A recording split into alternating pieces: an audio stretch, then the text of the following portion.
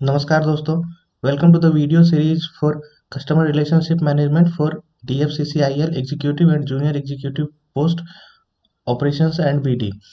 ये इस video series का पहला लेक्चर है। इस लेक्चर में हम CRM का पार्ट 1 यानी कि इंट्रोडक्शन कवर करेंगे। तो इस वीडियो को पूरा देखिएगा और पसंद आए तो लाइक कीजिएगा और हमारे चैनल को सब्सक्राइब कीजिएगा।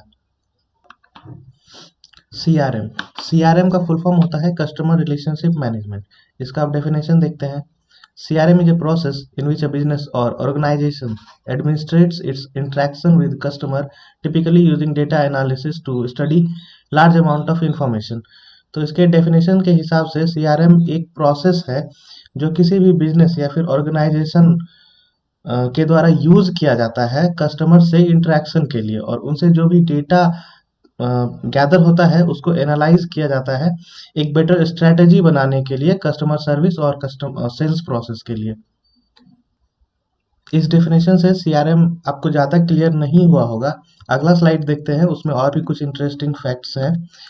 CRM business people started using the term customer relationship management since the early 1990s when the concept of business started to change from being transactional to relational। यहाँ पे तीन चीज है। बिजनेस पीपल मतलब जो लोग बिजनेस से जुड़े हुए थे, उन्होंने 1990 के आसपास से ही कस्टमर रिलेशनशिप मैनेजमेंट टर्म का यूज करना शुरू किया कर दिया था, जब कंसेप्ट ऑफ बिजनेस चेंज हो रहा था बीइंग ट्रांजेक्शनल टू रिलेशनल। यहाँ पे आपको ट्रांजेक्शनल और रिलेशनल का मतलब समझना होगा। ट्रांजेक्शनल का मतलब कोई एक दुकानदार है, उसके पास कोई एक कस्टमर आ रहा है और दुकानदार को उनसे कोई भी अच्छे संबंध नहीं बनाने हैं, बस उसे अपना सामान बेचना है, उसे बस एक ही बार सामान बेचना है, और जो भी उनसे रुपए आ रहे हैं बस उसको उसी से मतलब है। उससे वो लॉन्ग टर्म में रिलेशनशिप स्टेब्लिश करना नहीं चाह रहा है।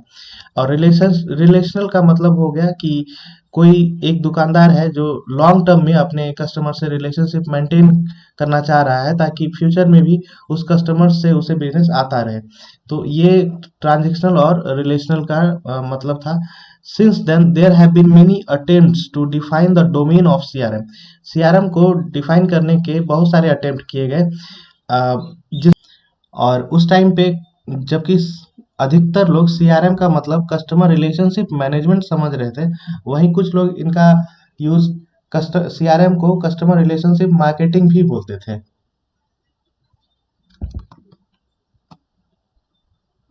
उस टाइम पे जो इंफॉर्मेशन टेक्नोलॉजीज की कंपनियां थी वो CRM को डिस्क्राइब करते थे सॉफ्टवेयर एप्लीकेशन के रूप में, क्योंकि इंफॉर्मेशन टेक्नोलॉजीज की कंपनी सॉफ्टवेयर डेवलप करती थी CRM प्रोसेस के लिए, तो उन्होंने CRM को डिस्क्राइब करना ही शुरू कर दिया सॉफ्टवेयर एप्लीकेशन के रूप में that are use to support the marketing, selling and service functions of business.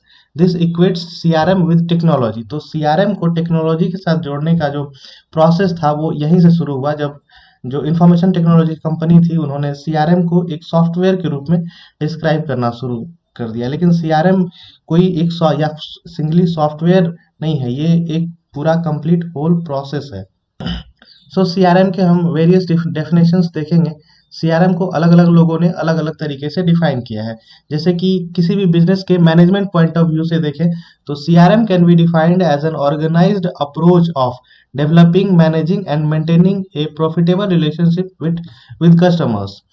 और वहीं पे अगर हम IT कंपनी के व्यू पॉइंट से देखें तो इन्होंने CRM को सॉफ्टवेयर टर्म में डिस्क्राइब किया है, जो कि है CRM is a software that assist marketing, merchandising, selling and smooth service operations of a business.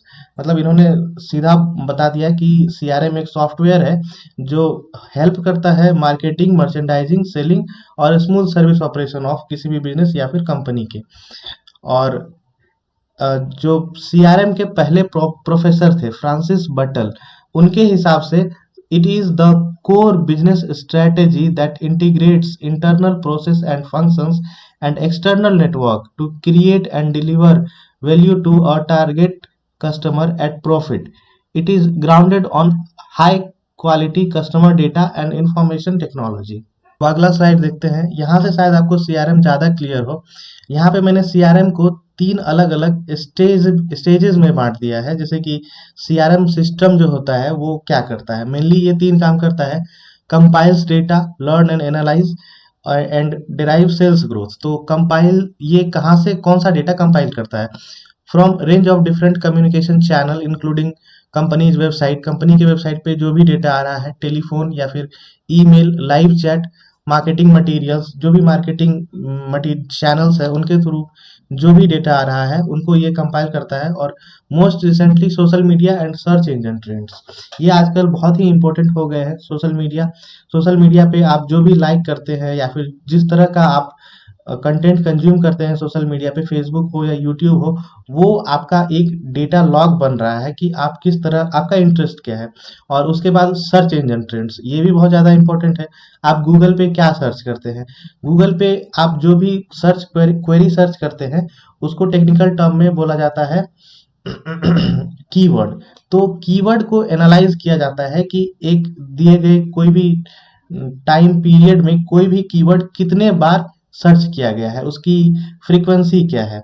और जब ये डेटा कंपाइल करता है सिस्टम, तो दूसरा स्टेज आता है लर्न एंड एनालाइज। तो लर्न एंड एनालाइज में जो बिजनेसेस हैं वो इस डेटा को एनालाइज करती है कि उनके ऑडियंस जो है वो किस एज ग्रुप के हैं और उनकी नीड क्या है, और उसके हिसाब से ये अपना मार्केटिंग स्ट्रेटेजी या फिर प्रोडक्ट डिजाइन करते हैं। और जब इन्होंने उस हिसाब से प्रोडक्ट डिजाइन किया है तो थर्ड स्टेज जो है डिराइव सेल्स ग्रोथ, क्योंकि कोई भी कंपनी अपना प्रॉफिट ही कमाना चाहती है और सेल्स ग्रोथ को ही अ, अच्छा करने के लिए कोई भी नया टेक्नोलॉजी लाती है जिसके थ्रू कि लोग ने सीआरएम जो कि एक सिस्टम है वो लेकर के आए यूज करने के लिए। जैसे कि मान लीजिए अगर कोई एक हलवाई है, उस वो जो है उन अपने कस्टमर्स का एंट्री एक डायरी में करता है या फिर एक रजिस्टर में करता है।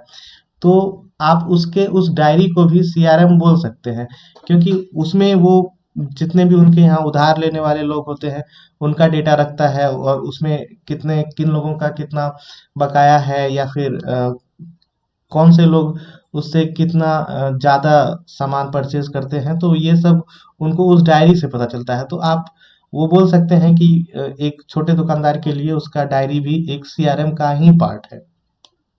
अब आगे देखेंगे इंग्रेडिएंट्स ऑफ सीआरएम या फिर सीआरएम के कंपोनेंट्स क्या क्या है। तो इसमें सबसे पहला आता है एनालिटिक्स, बिजनेस, दूसरा आता है बिजनेस रिपोर्ट, तीसरा कस्टमर केयर, चौथा है एचआर मैनेजमेंट, पांचवा है लीड मैनेजमेंट, छठा मार्केटिंग, सातवां है सेल्सफोर्स ऑटोमेशन एंड आठवां वर्क फ्लो ऑटोमेशन। तो इसके बारे में हम इन सभी टर्म का हम डेफिनेशन अगले स्लाइड्स में देखेंगे। पहला है एनालिटिक्स। तो analytics is the process of studying, handling and representing data in various graphical formats such as charts, table, trends ETC in order to observe market trends. तो एनालिटिक्स का यूज इसीलिए किया जा रहा है कि मार्केट में क्या चल रहा है उसको एक चार्ट और टेबल के रूप में देखा जा सके। और उस चूंकि हम जानते हैं कि अगर आपको रिटर्न फॉर्मेट में कोई भी डेटा दे दिया जाए तो वो आप उसको पढ़ने में आपको बहुत ज़्यादा टाइम लगेगा, लेकिन अगर उन्हीं को चार्ट या फिर टेबल के रूप में रिप्रेजेंट किया जाए तो वो समझने में आसान हो जाता है। दूसरा था बिजनेस रिपोर्टिंग। बिजनेस रिपोर्टिंग मतलब accurate report of sales, customer care and marketing. Sales, किसी भी कंपनी का सेल्स में क्या परफॉर्मेंस है, कस्टमर केयर की क्या सिचुएशन है, और मार्केटिंग में वो किस तरह से अपने गोल्स को अचीव कर रहे हैं, कितना परसेंट उन्होंने गोल अचीव किया है, चाहे उनका सेल्स का जो भी टारगेट है। क्योंकि मार्केटिंग सेल्स को ग्रो करने का ही प्रोसेस है मार्केटिंग। इसके आगे customer service. Customer service involves collection and sending the following customer related information to concern department. Customer service ही डायरेक्टली कस्टमर के कांटेक्ट में रहता है, तो उनके पास कस्टमर से रिलेटेड सबसे ज़्यादा डेटा का एक्सेस होता है, और वो जो है डिफरेंट डिफरेंट डिपार्टमेंट को कस्टमर रिलेटेड डेटा डिस्ट्रीब्यूट करते हैं, जैसे कि personal information such as name, address, age. उसके बाद प्रीवियस परचेज पैटर्न, इससे पहले उनका क्या परचेज पैटर्न रहा है, क्या चीज़ वो ज़्यादा प्रेफर करते हैं, क्या डिसलाइक करते हैं। उसके बाद रिक्वायरमेंट्स एंड प्रेफरेंसेस, आपके फ्यूचर में क्या क्या प्लान है, क्या रिक्वायरमेंट आपको आने वाली है या फिर आप किस तरह की चीज़ को प्रेफर करेंगे। उसके बाद कंप्लेंट्स एंड सजेशंस, जो भी कस्टमर को कोई भी अगर प्रोडक्ट के संबंधित कोई भी परेशानी आ रही है या फिर वो नए प्रोडक्ट के लिए कोई कुछ सजेशन देना चाहते हैं, तो उसका डेटा भी कस्टमर सर्विस के डिपार्टमेंट के पास ही होता है। आगे human resource management. Human resource management कोई भी कंपनी का समझ लीजिए कि एक जान होता है। ह्यूमन रिसोर्स मैनेजमेंट का क्या मतलब होता है कि कंपनी का जो ह्यूमन रिसोर्स है उसको इफिशिएंटली मैनेज करना। तो human resource management involves employing and placing most eligible human resource at required place in the business. Lead management. Lead management involves keeping a track of sales leads and distribution, managing the campaign, designing customized forms, finalizing the mailing list, and studying the purchase pattern of customers। Lead management को अगर simple term में समझाना हुआ तो आप अगर मान लीजिए कि आपको कोई प्रोडक्ट के रिगार्डिंग कंप्लेन है या फिर आप उस प्रोडक्ट के किसी भी अगर किसी प्रोडक्ट में कोई फीचर नहीं है, आप उस टाइप का अगले प्रोडक्ट में चाह रहे हैं और कंपनी के पास वो है, आप कस्टमर सपोर्ट को कॉल करते हैं, आप उनको बताते हैं अपना रिक्वायरमेंट, तो कस्टमर सपोर्ट आपका डेटा जो है सेल्स टीम के साथ शेयर करेगा और सेल्स टीम के पास जो भी प्रोडक्ट है वो आपको उसके बारे में इंफॉर्मेशन देगा और अगर आप वो चीज़ परचेज करते हैं तो ये हो गया एक तरह का लीड कन्वर्जन। तो ये लीड मैनेजमेंट है। उसके बाद marketing. Marketing involves forming and implementing sales strategy by studying existing and potential customer in order to sell the products. Salesforce automation. Salesforce automation includes forecasting, recording sales processing, and keeping track of potential interaction. Workflow automation. Workflow automation involves streamlining and scheduling various processes that run in parallel. It reduces cost, time, and prevent assigning the same task to multiple employees। Next, objective of CRM. CRM को क्यों बनाया गया, इसके क्या क्या objective है? तो पहला ऑब्जेक्टिव है improve customer satisfaction. Customer satisfaction improve किया जाए। Expand the business customer base. हर एक कंपनी यही चाहती है कि उनका कस्टमर बेस बढ़े। इनहेंस बिजनेस सेल, और सारा चीज तो इन्हीं के लिए होता है ना, बिजनेस सेल बढ़े। Improve workforce productivity. जो भी लोग किसी भी कॉरपोरेशन में काम कर रहे हैं जिनको कि वर्कफोर्स बोला जाता है, उनका प्रोडक्टिविटी बढ़े। Thank you. नेक्स्ट पार्ट में हम लोग चैप्टर 2 में हिस्ट्री ऑफ सीआरएम कवर करेंगे। Customer relationship management for executive and junior executive operations and BD post के लिए। हमारे चैनल को सब्सक्राइब कीजिए। अगर वीडियो अच्छा लगा हो तो लाइक कीजिए। इस पीडीएफ का लिंक मैं आपको कमेंट सेक्शन में या फिर डिस्क्रिप्शन सेक्शन में प्रोवाइड कर दूंगा, आप वहां से डाउनलोड कर सकते हैं।